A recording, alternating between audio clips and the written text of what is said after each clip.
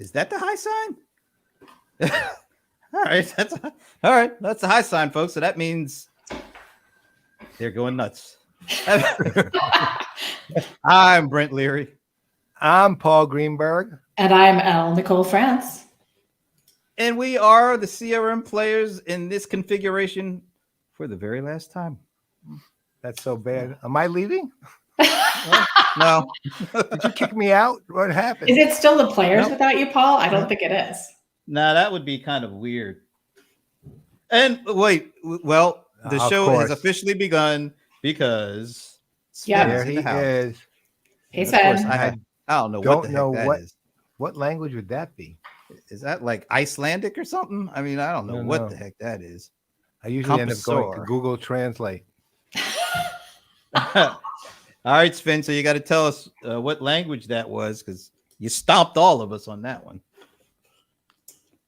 And while we're waiting for that, the sun is just come out. We're just in our daily storm. The sun is out. That means that something special is going on this particular episode, and it also means that it's kind of an end of an era. It's basically it's actually the end of an epic period. That's true, isn't it? That's right. Yeah, we were just talking about this not too long ago. Oh, I thought this is some kind of a lead into El Cid. No, an epic period. That was an epic poem. That was an epic poem, right?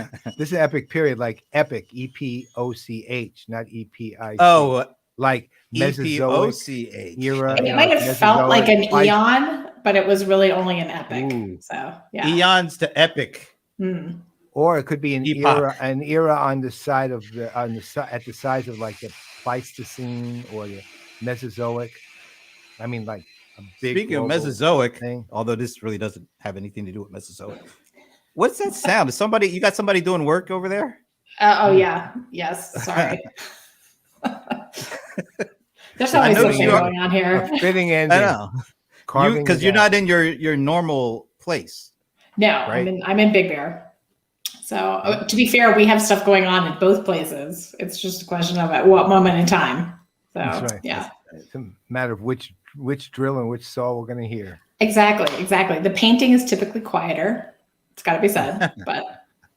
Well, here's the sad thing is we will literally have no way to find that out. Yeah, I know. I'll give you updates. Don't worry. I guess it's and look who is you're being monitored by the boss. Yeah. It sounded like the dentist's office. I was like, who's getting the drill? I mean, Yeah. Which reminds me, I need to reschedule my dentist appointment, but that's a totally different subject. Good. We'll handle it. All right. So I guess we have to put it out there. I don't know if it's been out there yet or we've been waiting, but Nicole has an announcement to make. So we are going to let her make the announcement. I do. Today is my final episode of CRM Playaz as a Playa-in-Residence, because I'm no longer an analyst. I have jumped the fence, and I've joined the amazing Dina Apostolou at Contentful. And since it's the cool new trajectory for an analyst, I am now an evangelist at Contentful. Oh wow! So wait a minute. You went from analyst to evangelist. That sounds like some kind of a pathway, a route. It does, and it's multi-syllable, which is good, right? So there's some continuity there. First things first for me. Could you say Dina's last name again? Because I just realized I have been butchering it for years. Because I never said it like you. Say that again, please. Apostolou. Yeah, I was never even in that ballpark. I was saying like Apostolo or something. I was totally butchering. Sorry, Dina. Hey, Dina, wait. So, Dina, which one of the two of them is right?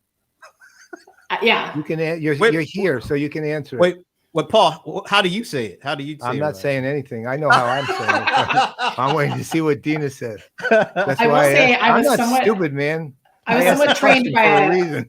I had a previous colleague many years ago who was Catherine Protopapadakis. So I got schooled a little bit in the well, Greek I think names. Wasn't an early constellation person Paul Papadimitriou? I don't, I think you might be right, Paul. I'm pretty sure I am. Very early. Hey, I just finally got Giannis Antetokounmpo down, and I mean that's taken me a long time to get. Well, there's one easy Greek name that is Thanos, World Universe Destroyer. Do you have the Tesseract, by the way? No, I'm just kidding.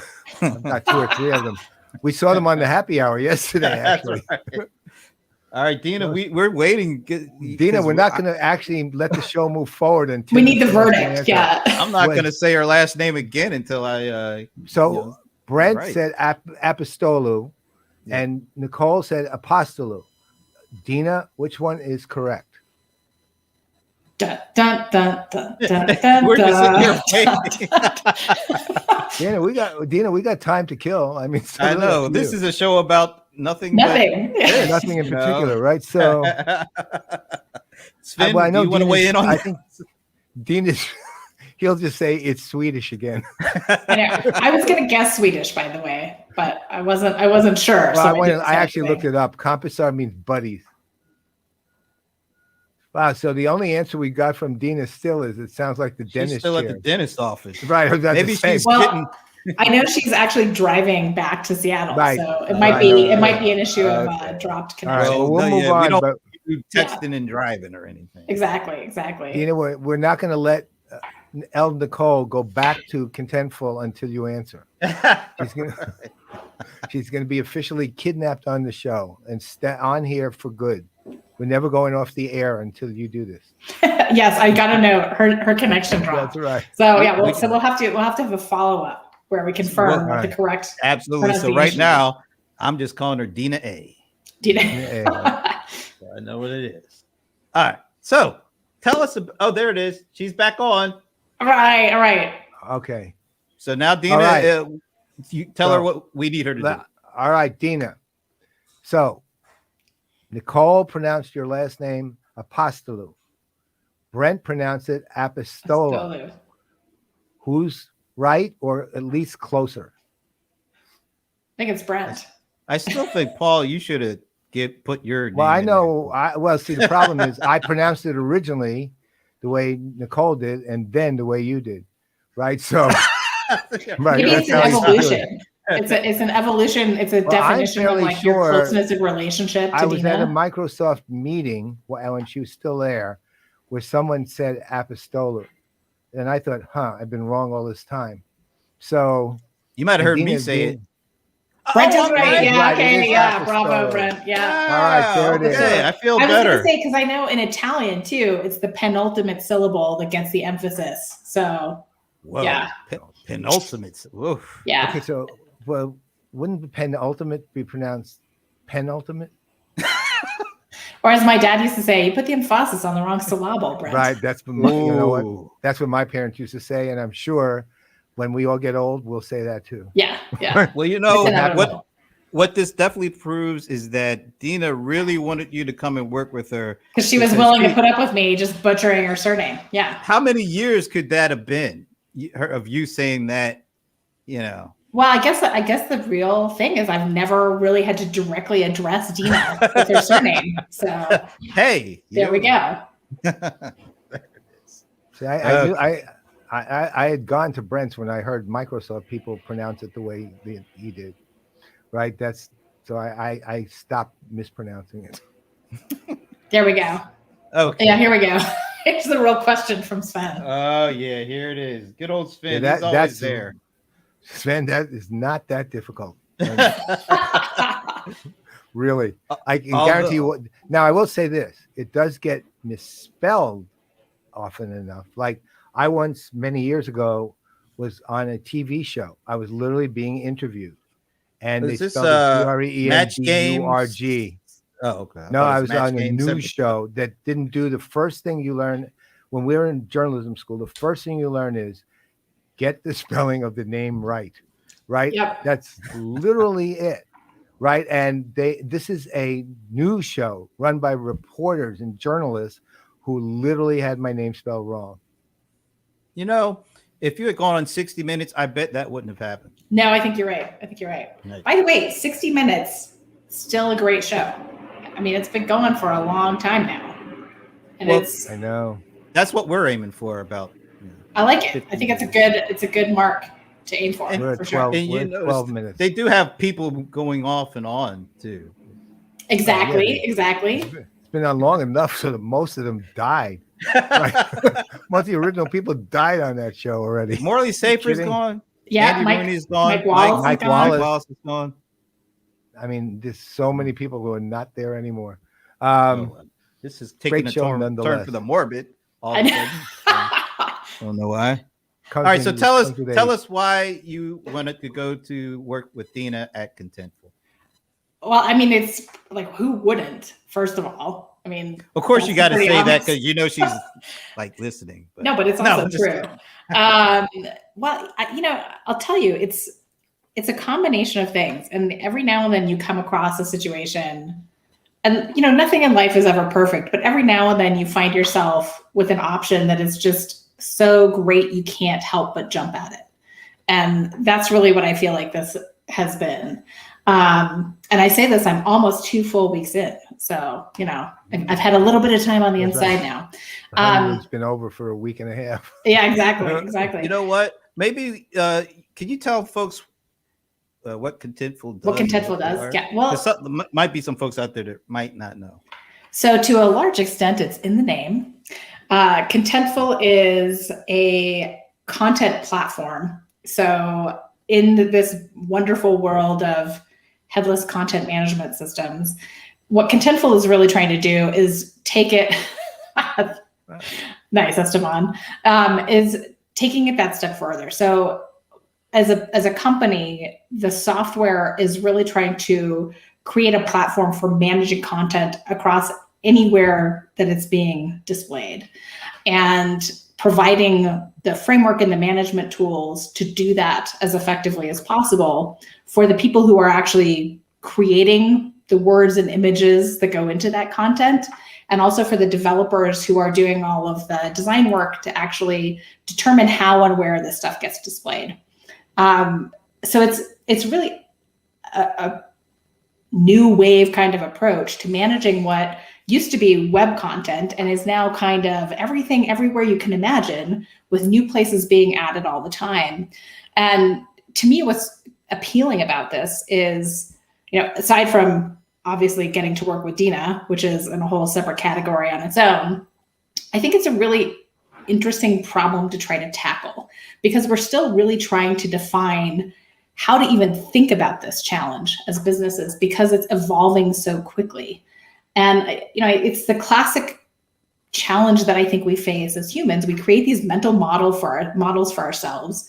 We create these categories and these buckets and these ways of thinking about what we do that make it a lot easier to just get the job done. And I think we're at a point in time where, as we think about content, and let's just be realistic here, there's a great big conversation about what we even mean by content in the first place. Yep.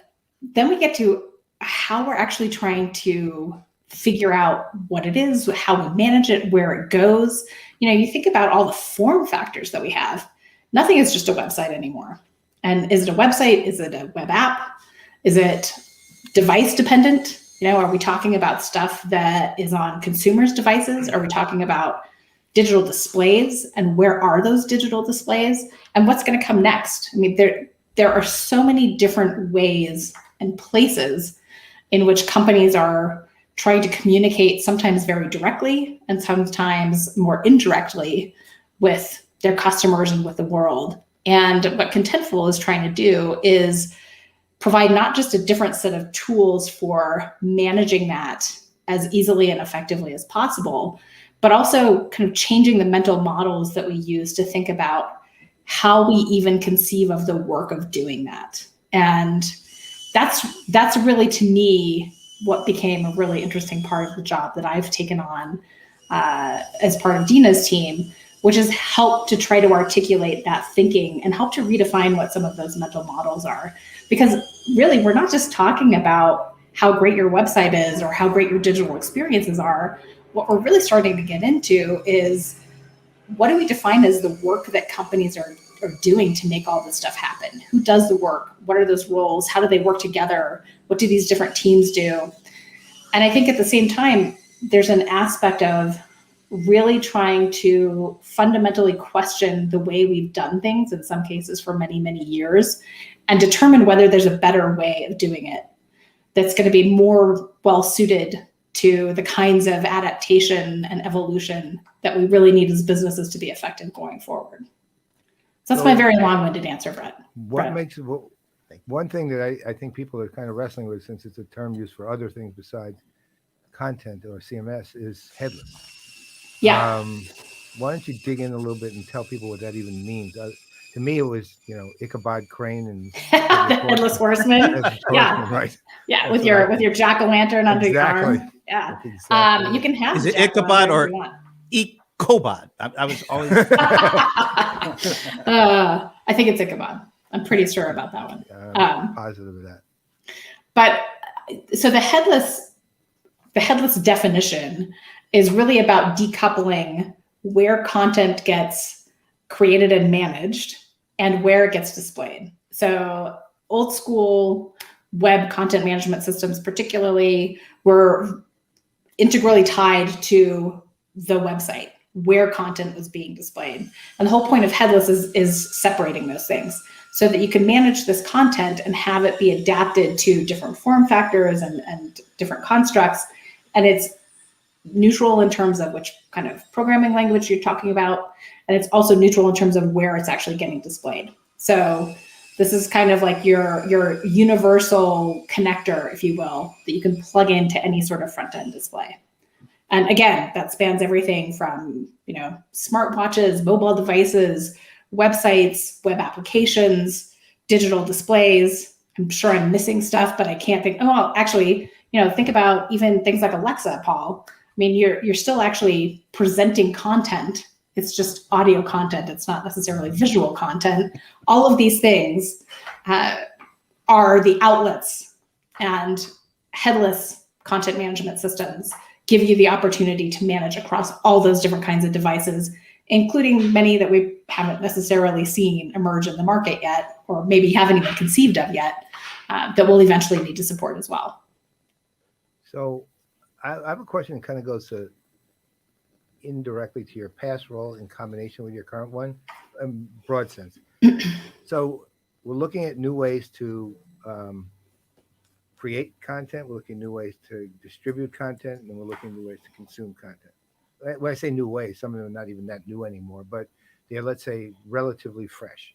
And, then that, of course, gets defined in terms of usually omni-channel and things like that in terms of, the stale terms that we use for those things. But here's the question is, it also means that the definition of how people use content to influence, just to influence, is going to change, right? Like, for example, I was having a discussion with somebody the other day, and I have this thing where I'm trying to get, for the new show I'm doing, I'm trying to get to 1,000 subscribers on YouTube before I launch, because it's just because of a stupid rule that YouTube has, which unlocks tools, and you have to have 1,000 subscribers to unlock these mobile tools, which I want to use for the show. But by the way, what's the name of that show? I forget. Right, it's Engaged with Paul Greenberg. Well, you'll be seeing more of it. Don't worry. On this show, we got the trailer. Well, if you haven't seen it yet, go to YouTube, Engage with Paul Greenberg. But here's the thing. So I mentioned that to this person, and he said, "Oh, well, that's sort of he didn't quite interpret what I was saying right." So he said, "Oh, but that's an old school way of looking at influence: number of likes, number of subscribers, number of this YouTube per se." And he's not that younger guy, but he's a very foresighted guy, very, very foresighted guy. So, but that really struck me as an interesting comment because, I wasn't thinking of it. I had a utilitarian reason for it, but I wasn't thinking of it as old school. I was just thinking of it as another form of impact. It could be a form of impact. Again, for me, it was utilitarian number. I didn't care. But we're talking about now distribution of content, creation, distribution, and consumption of content in an enormous amount of ways, some of them like the incredible growth of TikTok recently, things like that are transitioning or transforming a lot of, let's say, thinking on what it takes to have an impact. How do you, you were an analyst, you were an influencer, you sat on that side of it. And, analysts tend to be the old school version of influencers, but we are still that. And at the same time, there's this whole new area. And I'm not talking about TikTok influencers per se. I'm just talking about how this kind of content movement and change impacts the people who have an impact. How's that? What do they have to concern themselves with? How do they become, how will people become that, whether, deliberately or inadvertently? How's that going to work? What's going to happen? Well, and wouldn't it be great if I had a nice, neat answer to that, Paul? Yes. It's a great question, though, because I think, honestly, in my view, where we're getting to is a position where we have more and more content that isn't necessarily created for a mass audience. And, as the person you were talking to sort of suggested, isn't necessarily evaluated based on volume metrics, but is really more about how to connect with specific audiences. And sometimes those audiences can be really small, but extremely important ones. In a past life, one of the teams I worked in was responsible for engaging with C-level executives. It was a big business. We had a lot of customers. So the absolute number of C-level executives was pretty significant, but you're still talking about a finite audience.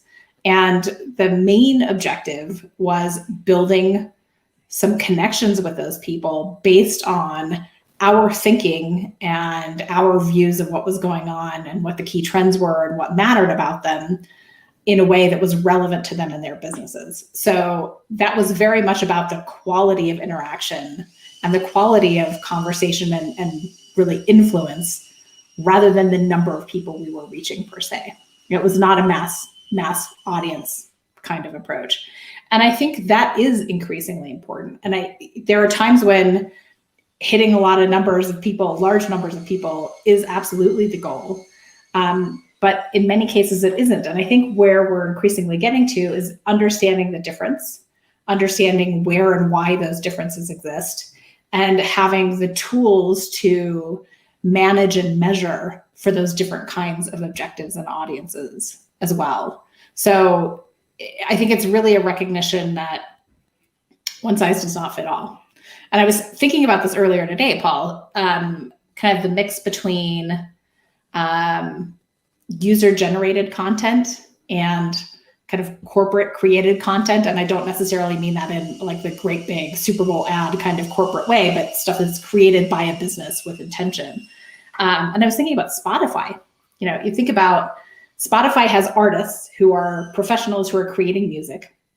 It's also got some curated content, again, curated by professionals, but you also have listeners who are creating their own playlists, who are out there sharing their playlists, and they might only share them with their friends. They might share them more widely or open them up to a wider audience as well. But part of what makes Spotify successful is that you've got a mix of all of these things going on.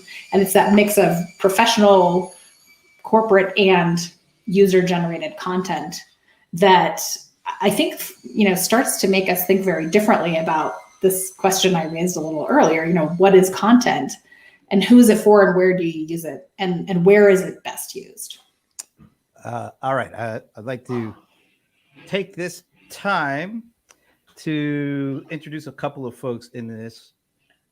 They kind of have some things familiar or in common with Nicole. First, let's talk about Nicole's kind of past. She was a Playa-in-Residence, and she came on board about the same time as another Playa-in-Residence who left us in a really interesting way. Hey, Ginger! Hey, everyone. Conlon. What's your name again? Yeah. I'm Ginger Conlon. Ginger, so from us. That's right. So that's Ginger has already traveled your path, away from us, basically. And because you have gone from analyst to evangelist, we thought it would be good to have another person help you here. Oh, hey, how you doing? Chief. Esteban, I'm just Chief. disappointed that you didn't use the Che K as your moniker today. Well, I mean, I'm a chief now, so it's Chief JK Okay. now. Okay. I want respect for my title, damn it. Che. Chief Esteban. Che Guevara. Tchaikovsky. Che Guevara. Che Guevara. Guevara. You know what, Brent? Don't try last names anymore. You got lucky ones. Leave on top. Drop the mic. Walk away, dude. You're done. Hey, I got yours right, didn't I? We're not gonna talk about that now, are we? All right. So let's have a little fun. All right, Ginger. You've been gone from us from a little while. You did like a mic drop, basically. It kind of sprung it on us, but Yeah, like a mic drop on our heads. It was more like a throw. It was like hi. I like to be dramatic. Yeah. So why don't you maybe share with Nicole kind of what happens, maybe a month out from being away from us. Are there things that she needs to be aware of, things that she has to change, something she has to adapt to, life after being a play-in-residence? Oxygen content goes It's down. mostly things like that. this. It's mostly like the snarky commentary when you come back and visit. Yeah, you're gonna get that. Yeah, that's for sure. It's contentful, by the way. Contentful. Yeah. Ooh. Oh, I'm Content. But they'll still. Tell me, they'll how do you still- sound? still- No, it doesn't. You'll How do you still feel pronounce the that love one, too. Yeah, deep down, like heartburn. You feel it like that. Contentful content. I'm going to sit here and Well, the try real to come up question with a is, different way. Ginger, do they still know your name? That's it. Apparently, yes. It's even though it might be, degrammable for Brent to be able to say other people's names. Oh, yeah. That's our inside joke. So there it is. Oh no, Brent. ERA is over 1. So the way it works with Brent, every time you try to say a name, you say "bless your heart." It's pretty acceptable in the South. You remember that, huh? It's better if you If you wanna go full native, you say "y'all bless your heart." Oh, Yeah, Southern charm. yes, that's right. All right. So, Ginger, are you in the middle of a workout? Because you look like you're ready to. Are you going to give us the gun show this time too? Or? Yeah. Oh, there it is. I am in a Starbucks on my way to give blood. It is raining cats and dogs outside, but I had to, come join the Nicole party. I couldn't miss it. Thanks, Ginger. Yep, same All reason right. I'm here. Although Yeah, the promise bourbon, but that's a secondary thing. Garrison Brothers. Oh, So Chief Esteban, you're kind of blazing this trail from analyst to evangelist, kind of. yeah. So first things first, we got to work on your title. I Evangelist. know. I mean, if only your boss could hear me telling you this, but so you have two options, right? First one is you have the L already, so it can be El Evangelist. Very Latin America slang. Yeah, I like Do that. I need to make it Evangelista though? Yeah, There you go. evangelist. I would have There preferred you to say go. La Evangelista, but since you had the L, just go in there, so you can go there. So or you just go with Chief Evangelist and really claim your spot in there, because Evangelist is kind of like, it's like. Yeah. Well, this is, and Paul and I had this conversation. I can't really call myself a content evangelist because that's just going to get way too confusing. No. You're a market evangelist, so there's no indication of anything other than you're an evangelist. You're there. Yes. And you're preaching the gospel. I kind of consider myself a problem evangelist. Ooh, I like that one even better. Yeah. I like that one even better. Yeah. Are you guys Although there is one Go ahead, problem with that, which is literally, does that mean you're a problem? I'm constantly looking for a problem. I'm a problem evangelist. Yeah. Everybody, I'm a problem evangelist. Like everybody seems to hate me. No, that's not what I'm. That's not what I'm going Doesn't for. kind of title. But yeah, so you feel my pain. It doesn't, it works for Esteban, but that's a market of one. So yeah, empathy. Yeah. Well, I mean, market of one. Come on, you make your own market. There's no market. Wherever you go, that's where you are. Yeah. So, blah, blah, give blah. her some pointers. No, You're creating your own market. How does she do the same thing that works for her? So look, the most consistent thing that you have to do is make sure that you pronounce your boss's name right correctly. Yeah, that helps. Yeah. So we got that. You're golden. No, I mean, see, here's the thing that is the most interesting. I'm what, like 6+ months into this gig. It's like the realization that everything I've done as an analyst comes down to be exactly what I'm doing now, except that my focus shifted from being, everybody sucks to we are the only ones that need some help. Mostly that was an HR legal discussion, but other than that. Oh, look who's Jamie. Yeah, let me get that. I thought you couldn't make it. There it is. Hey, Jamie. I know. Come on. Another one. The alumni club here. If he's up, bring him on. Yeah. Yeah. Well, hey, Jamie, if you want to come on, let us know if he wants to come on. If not, this is fine. 3:30. It's 9. Cool. It's 8 his time. We have time for impressions. I mean, I think we should try to get. There you go. Are you guys going to create like an alumnus chapter of the Playa-in-Residence? I think we should, and I think now that it's possible to actually meet in person. Man. And look, we hear from one of our current Playa-in-Residence, Anand. There it is. You're more than an evangelist in that. Oh, look at that. He's just. I know. He's such buttering me up, but I appreciate it. Nicest guy in the world.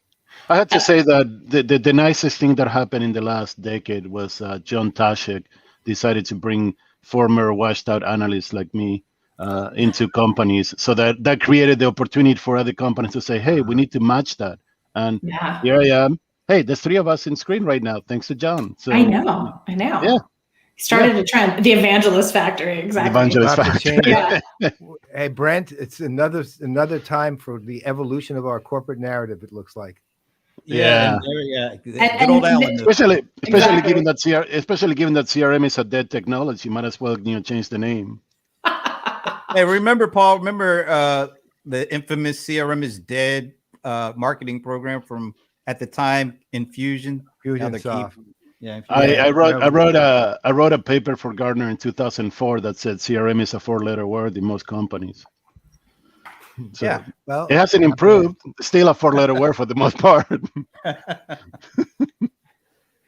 Wow. Oh, a downgrade of analysis? It's not a downgrade, dude. It's an upgrade. Only the good ones make it to be evangelists. The bad ones continue to be analysts. Yeah, only the good ones get their wings. So yeah, I think you guys you know what? It's a good thing there's no analysts on this call to hear what you're saying. No, I'm telling you, the bad or mediocre analysts continue to be analysts. That's why you need evangelists. You're really digging yourself into it. I know. But Paul, this is nothing new for Esteban. This is, this is part of the course. Somehow he's going back to his roots. He's literally at the core. The roots never left. You must be feeling extremely hot because I think you've dug yourself to the core of the planet. Right. In other words, he's feeling his usual comfortable self. I feel good all of a sudden. I feel like I've been just curtailed of my true calling in life, and I can finally make it. The funny thing is, this is pre-bourbon as well. So Yeah. This is water, by all means. Sure. Yeah. And look, even through all the insults and jokes, Anand is still being nice, man. Look, I know. He is the kindest person I think I know. I will say, Anand and I had an awesome conversation where we were trying to flesh out flying analogies as an alternative to the customer 360.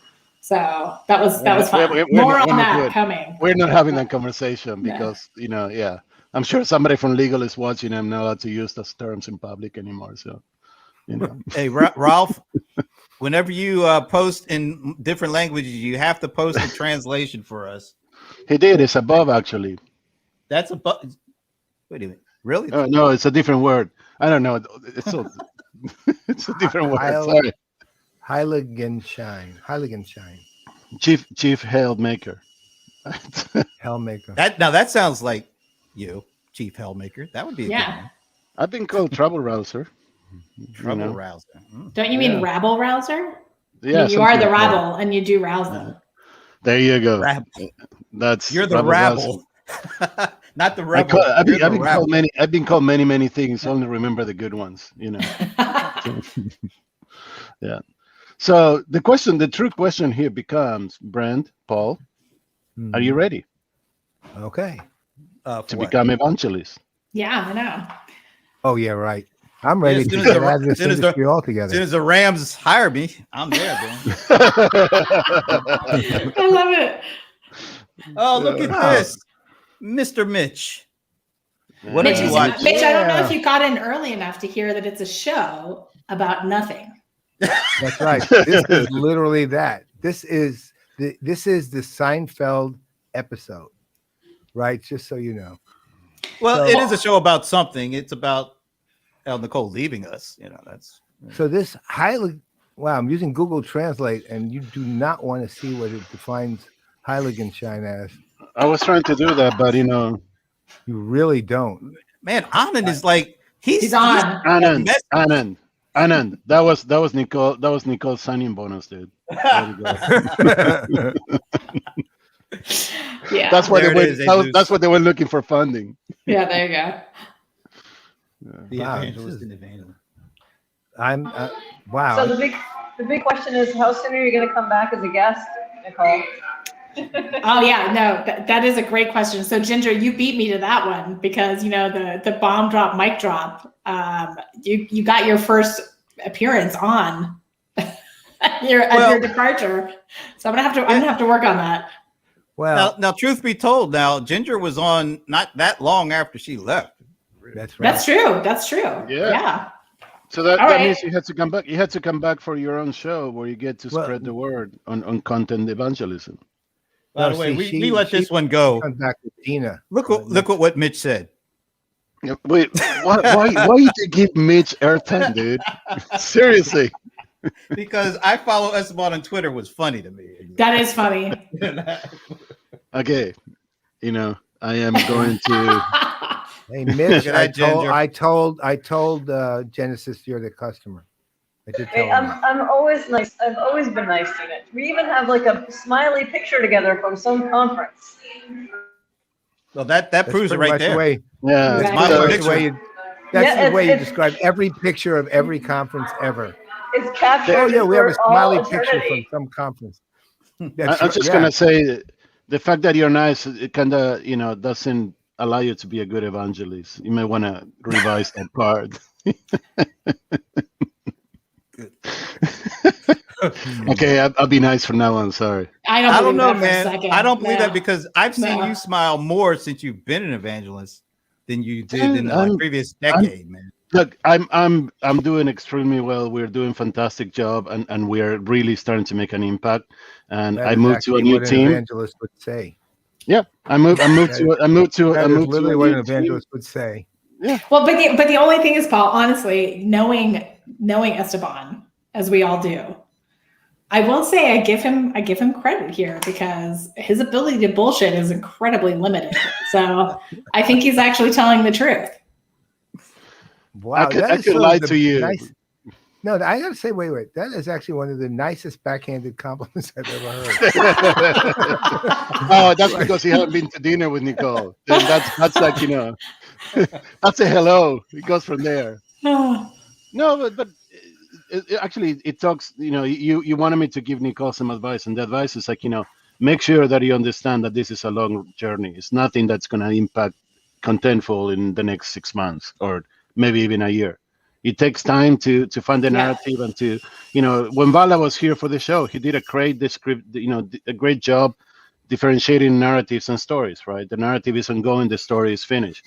And what you're going to be doing is you're going to be building a narrative, and it's going to take some time to change the minds inside and to get other people to understand it and change the minds outside. So that's the biggest part. Once you reset your journey to a year plus, you're golden. There's plenty to do in the short term too. And I will say, going back to the original question of why Contentful and why did I go take this job? I have been really impressed with the entire team. Really, genuinely, everybody I've met so far in the company is somebody I'm really privileged to be able to work with. And there are a lot of smart people, a lot of very thoughtful people, a lot of folks doing amazing stuff at a rate that is honestly pretty damn impressive. So yeah, I don't have to push very hard because I think there's already a tremendous pull. There's a lot of slipstreaming to do. Awesome. And I think to the narrative point, a lot of this is just helping to pick up and coordinate and refine a little bit, but really pull together a whole lot of the pieces that are already there and distill them a bit externally. So that's a great situation to be in. Dude, at least get my name right, dude. Seriously, it's not that hard. Okay, there's only 7 letters. Estabine. Estabine. I kind of like Estabine. I do too, actually. I do too. It's like Estabine. Like a little Mr. Bean. Exactly. Thank you, Mitch. I really appreciate that. Yeah, you're in trouble now. Yeah. We need to get Esteban his little teddy bear that he can take with him in the RV. You know. Hey, that's where I am. I'm in my RV. I'm living in the RV. Full on living. 3 weeks now. I like it, Nitin. I will. Yeah. Wait, if we were to go to Nitin's comment about El Evangelista, but isn't Linda Evangelista a model? Yes. Yes. But she has nothing. She has nothing to Nicole. No, I agree with you. She was like a model, about 30, 40 years ago or something like that? I don't know. I just remember the name. She's still a model, I think.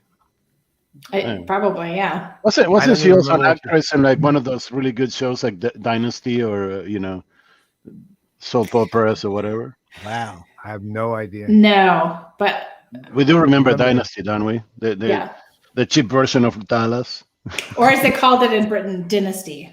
Yes, Dynasty. Yeah, that's right. Kind of like Apostolo or. Yeah, I was going to say this is the pronunciation show.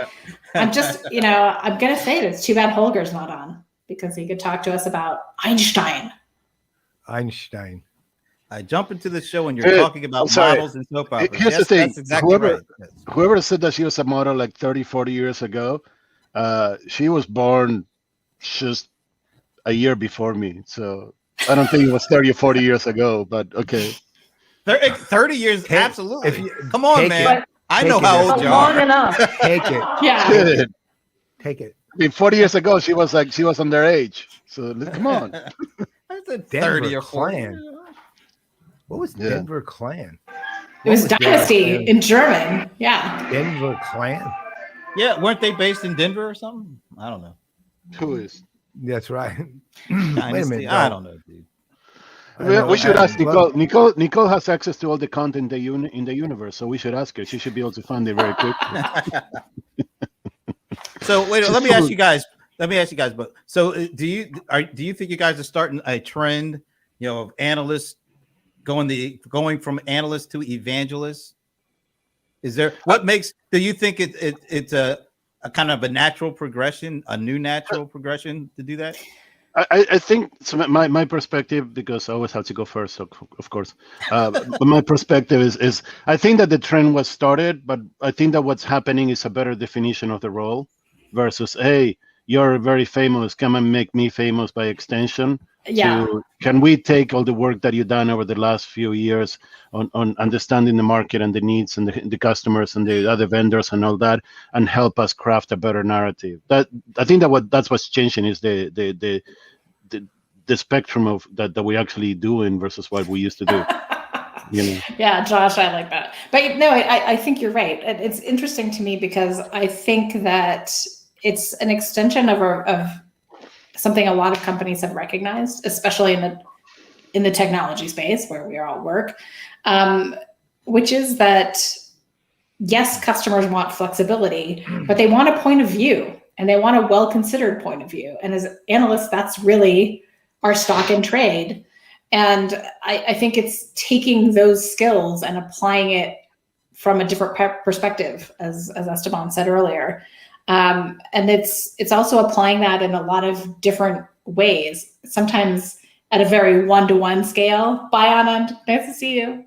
And sometimes in a much wider audience kind of mode as well, and a bunch of stuff in between. But it really is kind of adding that critical thinking layer that I think existed in a lot of businesses, but it is a specialized skill set. It's something that we have experience and training in.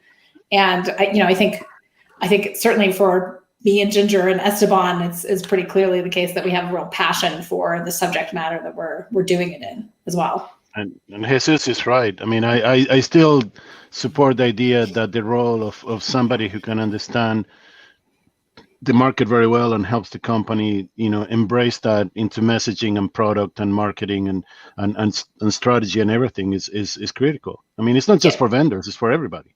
Yeah. I mean, so fine. So Dina got the best one of the best out there. But there's still a couple good people left that will be like good acquisitions and good targets. So there's good. No, I'm just kidding. Just kidding. You want me to? No, I'll be happy to. no. Okay.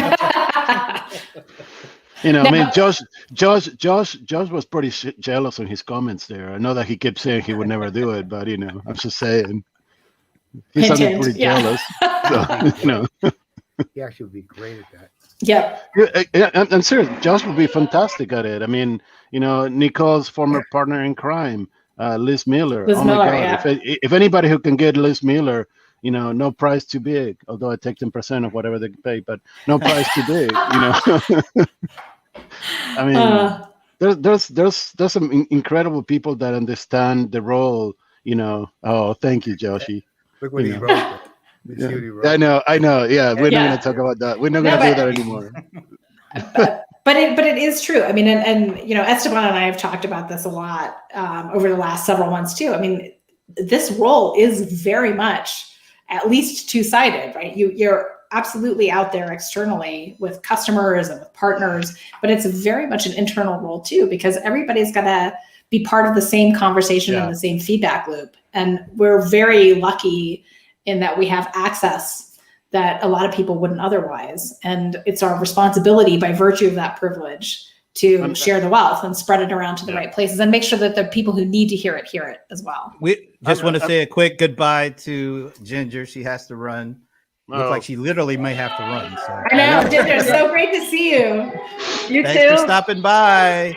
Thank you. Best of luck in the new gig. Thank you. Bye, Ginger.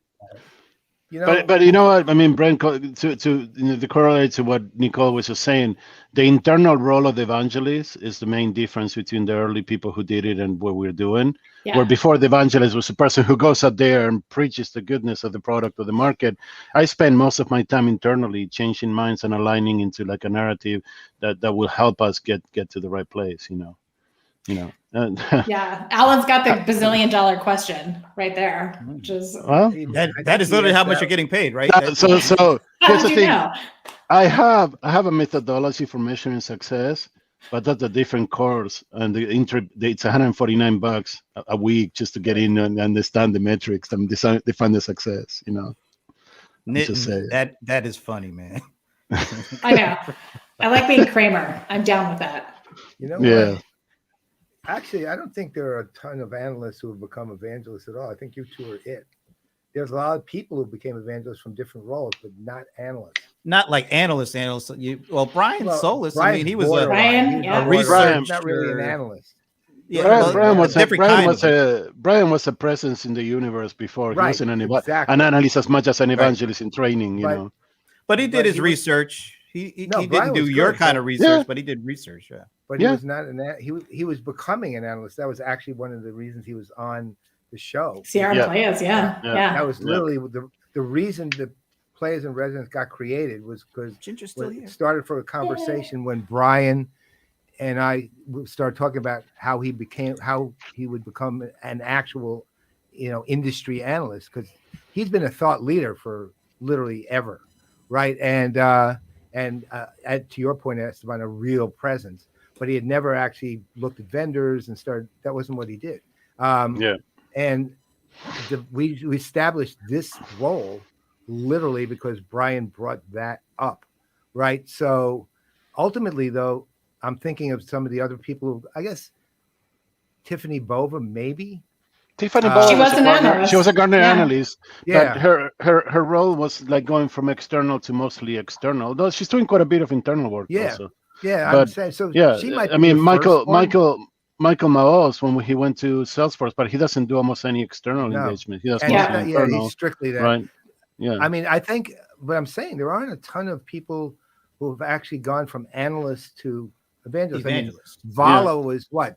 He was a He was CMO, CMO. wasn't he? He was Yeah. He CMO. wasn't an analyst. CMO, right? Of Yeah. Interisys, Yeah. right? So I'm saying you two are pretty much it. Yeah, because even like at Pros, John Bruno, he didn't go to an evangelist role. He went to a No, But product. he's VP of strategy. you know who's the evangelist for pros is Malcolm Wu. Yeah. Yeah, Michael right. Wu, Yeah, you really yeah. think about it, right? No, And- and that- that's actually part of his work. Is literally Yeah. work job definition. Yeah. So there's I mean there's a good follow up. I mean when I was an analyst, I mean we always said analyst is the worst dead end job in the universe. There's nothing you can do afterwards unless you want to fail at marketing or product marketing somewhere, right? So basically I think that there's been a reshuffling of the universe that allowed us to get what we did over the last couple of decades and put it to work into something that has value. I believe it has a lot of value. I'm hearing from my colleagues that has value.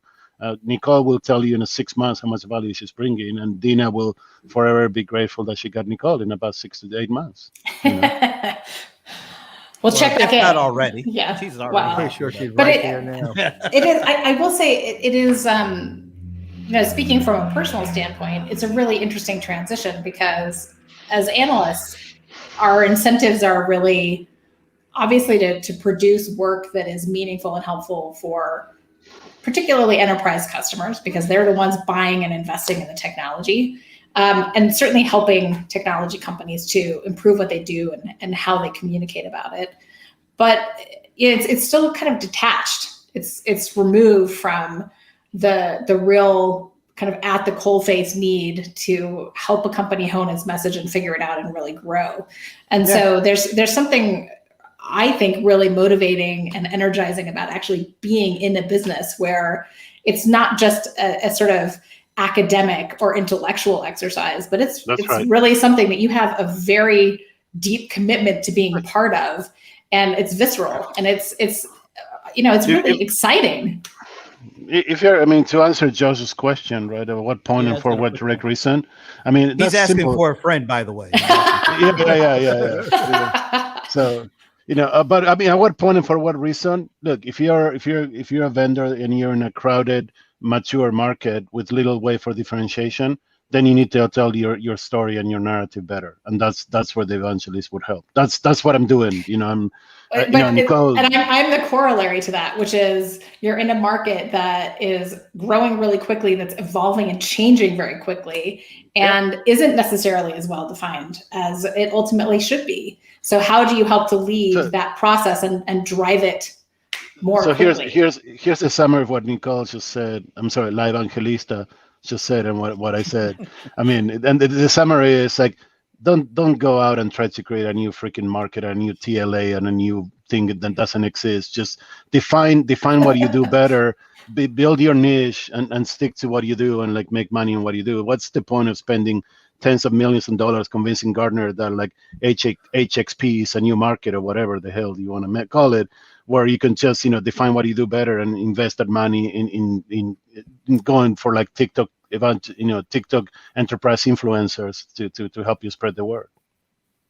I got to make a comment, man. Do you have a new camera? Because you're looking so clear right now. I know. No, it's a natural lighting from the ocean. I'm sitting literally 6 feet from the ocean with the glow from the reflection of the sun. Where you're sitting. Are you in Carmel, Esteban? I'm in Half Moon Bay. Hey, nice. Look what what do you? But where are you sitting? Is the interesting thing. I'm in Half Moon Bay. There's a small RV park. No, that's where we're going. The RV? The vehicle you're in. Yeah. See, that's the ocean. Let's just be clear. It's not an RV. It's a tour bus. I mean, like literally, you could take the whole band on tour in this thing. It's a small 34-footer. Everybody has one of these in their home. You know. I suggest you do all your live streams with that at this time of day. Yeah. You know, so the sun can keep hitting you because you got a nice glow, Actually, nice warmness to it. The funny thing is, like, this is my very old MacBook, 15-inch MacBook. The camera that I use usually is the one that's connected to my to this computer. That is an external camera. It's supposedly with better definition, and this is much better. So kudos to Apple for figuring it out. Yeah, except that Apple never figured it out. So somehow you're getting better resolution than literally anybody else ever from an Apple MacBook anything. I think it's that no one else at the RV park is actually working, so no one else is on Wi-Fi, and that's a really good connection. I bring my own Wi-Fi. We call it Starlink. It's my own Wi-Fi. The Wi-Fi in the RV park is a joke. So, yeah. So so it's 380 square feet when it's fully expanded and everything, and that's my whole life right now. That's all I got. So. It's I mean, Brent, if you remember when we went to London, we were in hotel rooms that were bigger than this. Don't bring that. I tried the chalk outline of the dead body that was when you stayed in that room. there was a bullet hole in my bed that went through the blanket, through the mattress into the floor, and it was still pretty visible. Okay. That was not a place to stay. Where in London were you? Esteban reached his arms out like this and was hitting both walls. We went to an event that was ill-advised with the wrong person who decided to put us in some bed and breakfast in Midtown London. That was just thanks. Hey, look, it's two days in a row of Sugar Clint. Yeah, wow. He was on the happy hour yesterday. Good to see you. Happier hour. I know. Happier hour. I gotta get that. Josh. I like this. I think Ralph is onto something with the mobile evangelist. What you need to get is a wrapper for the tour bus. That's I just spoke to a rapper the other day. No, the mobile evangelist. That's actually really good. Yeah. The Roman evangelist. Exactly. The Roman evangelist. Mobile. The Roman. 21st century, not 14th. Esteban, the Roman evangelist. I'm just here to make you guys laugh. That's all. So thank you for that. You're here for our amusement, man. In a previous life, he was a court jester. So That's you know. right. You'll be here. Hold on. This is time. All right. Well, we're at the top of the hour here. We're gonna have to wrap it up. It's amazing how long you can talk about nothing. We did it. It's time for a toast. Yeah. Basil Hayden rye, right? Oh, he's giving you a toast. Yeah. Yeah, nice. Cheers. It's time for a toast. I have nothing. And here. look, all I can say, all these jokes. No, that's okay. I'll toast for you, Paul. Don't worry. Thank you. We got the evangelist on wheels now. Yep. I have a great idea. Yeah, Josh, you did say clown car earlier. We did catch that. Yeah, we got that. We were ignoring it though, but if you say it twice, we'll pay attention, I guess. So, All right. So, any last words of advice for El Nicole before we wrap it up? Drinking this. There you go. There we go. Yeah, this is the equipment of an evangelist. Happened. So, yeah. To your success. Thank you. Cheers. Thank you. There was, by the way, a great article in the Atlantic not too long ago talking about America's drinking habits and basically referencing some anthropological research that shows that probably moderate alcohol consumption is essential for living in human society. So I'm going to roll with that. This is very good if you're looking for something to buy. Only $60, but like really nice ride. Really? What is that? Boone's Farm? Basil Hayden, 10-year age, right? That looked more like Mad Dog, but yes, Josh, he did. Yes, he did just really chug it from the bottle. I really did because I don't have a glass, and there's no room for and because I have a problem there. So. All right. Well, we're gonna have to close her down. These comments are coming in a lot. You mean before they come and shut you down? It's like, is there alcohol in your show? Yes. Luckily, the FCC doesn't care. I hear sirens outside my house. Well, Nicole, El Nicole. I guess this might be the last time I call you El Nicole too, because the whole El Nicole thing came up just because we needed to do something with your name for the show. Yeah, I know. Well, I think it's stuck actually, Brent. I think it's going to be around for a while. So El Evangelista. Oh, that's so cool. We're glad. We are glad. As long as Linda doesn't sue you. That's true. That's true. Yeah. You have nothing to worry about. Linda's. You'll be fine. You'll be fine. Yeah. It'll be You know. fine. You'll Hey, be any fine. questions? Just any questions, send me an email. It's vala@salesforce.com. Hashtag asking for Vala. Asking for Vala. Vala. That's right. That was too good. That was too good. All right. Well, El Nicole, we are sad to see you go, but we are happy that you are going to do what you're doing with who you're going to do it with. What's her name again? Thank you. What's her? Apostolo. Dina I Apostolo. think. Yeah. Nice. Dina All right. Apostolo. Hey, Brent, maybe before we close, we should announce the new service that CRM Playaz. Oh, yes, yes. CRM Playaz executive search, right? And once you're accepted into the program, you're pretty much guaranteed a job. That's all I can tell you right now. More details will be forthcoming. All right. And on that note, Josh, you get the last one. Finally, seriously, finally, congratulations, Nicole. Oh, thanks, Josh. Very nice. I'm not going anywhere. I don't know if you guys noticed. Like Esteban's still around. I'm not going anywhere. Yeah, but my presence is a little bigger than yours in the market. So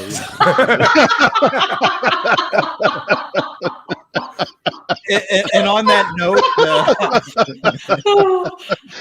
Hey, Brent, shut her down quick. before it hold gets on. Make it another swig and see what happens.